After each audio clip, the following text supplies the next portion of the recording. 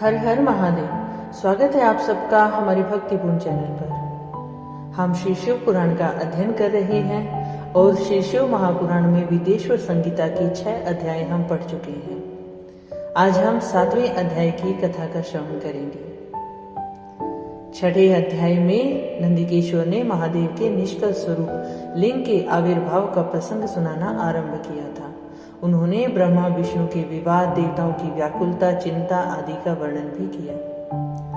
आगे महादेव के निष्कल और सकल स्वरूप का परिचय देते हुए उन्होंने क्या कहा, उसकी कथा का वर्णन आज के अध्याय 7 में।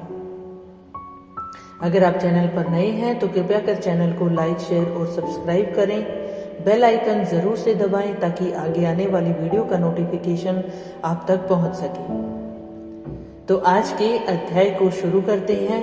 बोले शंकर भगवान की जय। आज का अध्याय है महेश्वर का ब्रह्मा और विष्णु को अपने निष्कल और सकल स्वरूप का परिचय देते हुए लिंग पूजन का महत्व बताना। नंदिकेश्वर कहते हैं कि तदनंतर वे दोनों ब्रह्मा और विष्णु भगवान शंकर को प्रणाम करके दोनों हाथ जोड़ उनके दाएं और बाएं भाग में चुपचाप खड़े हो गए। जब महादेव ज्योतिर्मय स्तंभ के रूप में प्रकट हुए तो ब्रह्मा और विष्णु दोनों भगवान शंकर को प्रणाम करके दोनों हाथ जोड़कर दाएं बाएं भाग में चुपचाप खड़े हो गए। फिर उन्होंने वहां साक्षात प्रकट पूजनीय महादेव जी को श्रेष्ठ आसन पर स्थापित करके पवित्र पुरुष वस्तुओं द्वारा उनका पूजन किया। दीर्घ काल तक अविकृत भाव से सुस्थिर रहने वाली वस्तुओं को पुरुष वस्तु कहते हैं।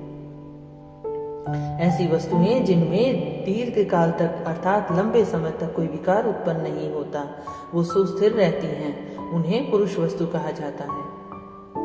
और अल्प काल तक ही टिकने वाली क्षण भंगुर वस्तुएं प्राकृत वस्तुएं कहलाती हैं, जो कुछ ही समय तक टिक पाती हैं, अर्थात उनमें कुछ न कुछ परिवर्तन हो जाता है। ऐसी वस्तुओं को प्राकृत वस्तुएं कहते हैं। इस तरह वस्तु के ये 2 भेद जानने चाहिए।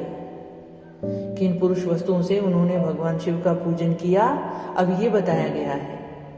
उन्होंने महादेव का पूजन हार, मुकुर, केयूर, किरीट, मणिमय कुंडल, यज्ञोपवीत, उत्तरीय वस्त्र, पुष्पमाला, रेशमी वस्त्र, हार, मुद्रिका, पुष्प, तांबूल, कपूर, चंदन एवं अगुर का अनुलेप, धूप, दीप, श्वेत छत्र, व्यजन, ध्वजा, चंवर तथा अन्यान्य दिव्य उपहारों द्वारा किया।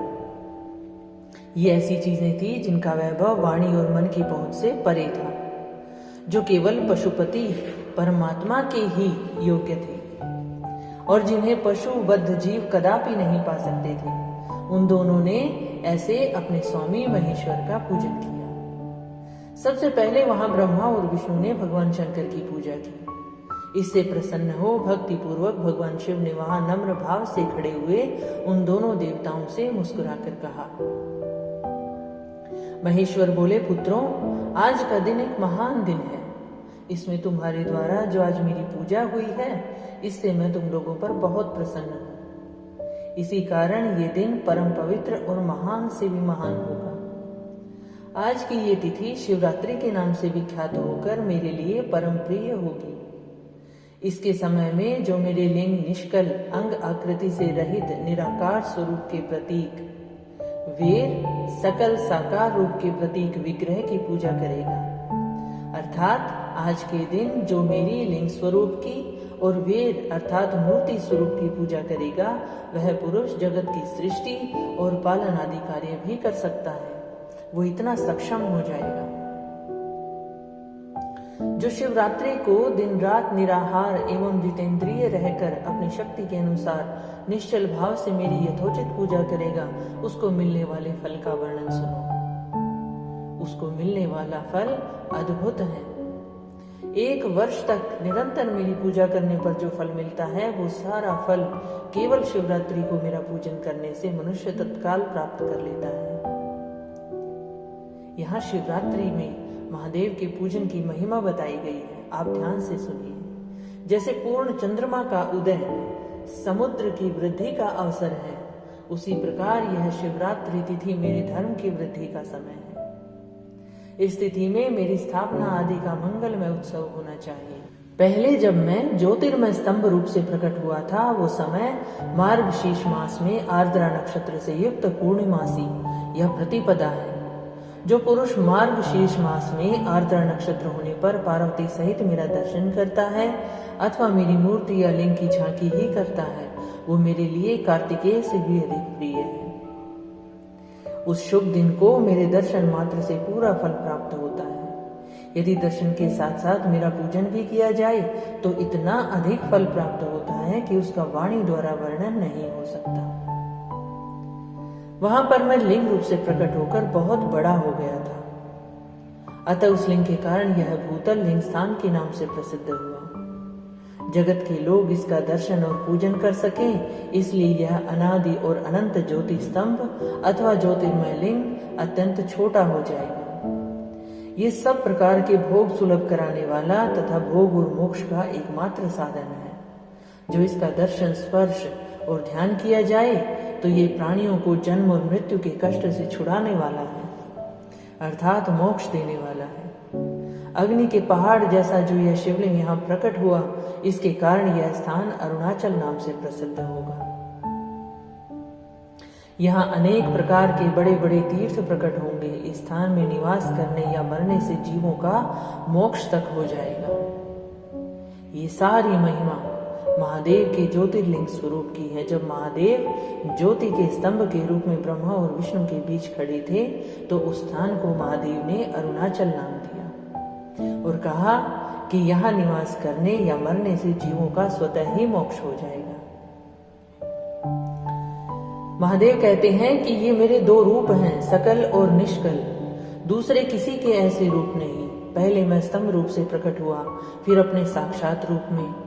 ब्रह्म भाव मेरा निष्कल रूप है और महेश्वर भाव सकल रूप है। ये दोनों मेरे ही सिद्ध रूप हैं। मैं ही परब्रह्म परमात्मा हूँ। कला युक्त और अकल मेरे ही स्वरूप हैं। ब्रह्म रूप होने के कारण मैं ही ईश्वर भी हूँ। जीवों पर अनुग्रह आदि करना मेरा कार्य है। ब्रह्मा और केशव मैं सबसे बृहत और जगत की वृद्धि करने वाला होने के कारण ब्रह्म कहलाता हूँ। सर्वत्र समर रूप से स्थित और व्यापक होने से ही मैं सबकी आत्मा हूँ,